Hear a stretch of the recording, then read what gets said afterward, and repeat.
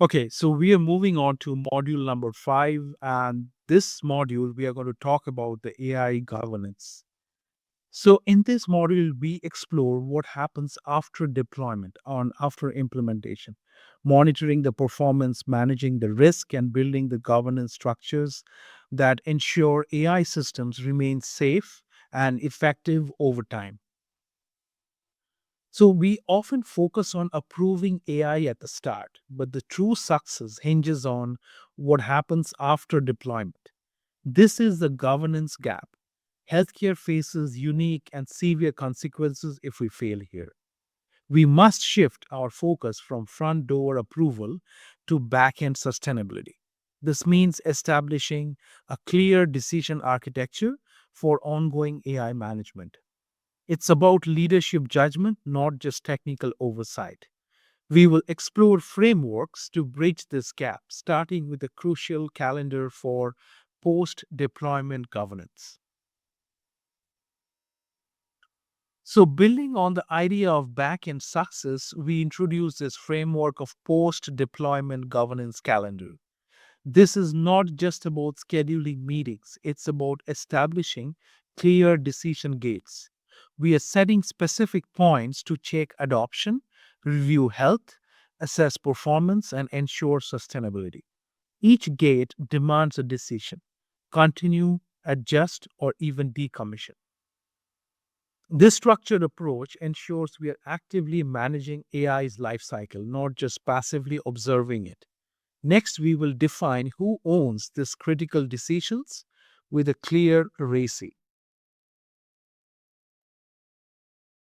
So, following on our governance calendar, this framework provides the AI governance RACI, clarifying who owns the outcome. This matrix assigns clear roles: accountable, responsible, consulted, and informed for each governance activity. The key here is that every row must have exactly one accountable owner. This eliminates ambiguity and ensures someone is ultimately on the hook for the AI's performance and the ethical impact. It's about defining leadership judgment at every step. This clarity is essential for even a minimum viable governance structure, which we are going to discuss next. So you don't need a perfect system to get started. A minimum viable AI governance structure is really achievable before your next go live. So this builds on clear roles and calendar we just discussed. So level 1 focuses on foundational element like a named owner, a completed RACI, and established review calendar, defined success metrics. As you mature, you can add formal committees, equity monitoring, and dashboards. The point here is to start small and start with a clear decision architecture. This proactive approach helps us raise concerns effectively, which is our next topic.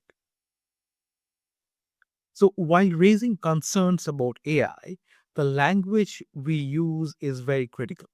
We need to move from subjective worries to objective, data driven observations. Instead of saying, I'm worried the model is not working properly, it's better to articulate like our month 6 data shows sensitivity dropped from 78% to 71% against our pre-pilot threshold. So this shift here in the conversation from emotion to evidence makes your concerns actionable and non-obstructive. So it's about using the language of leadership judgment grounded in facts. This approach ensures your voice is heard and contributes to effective AI governance. And we will be continuing this in our next lecture.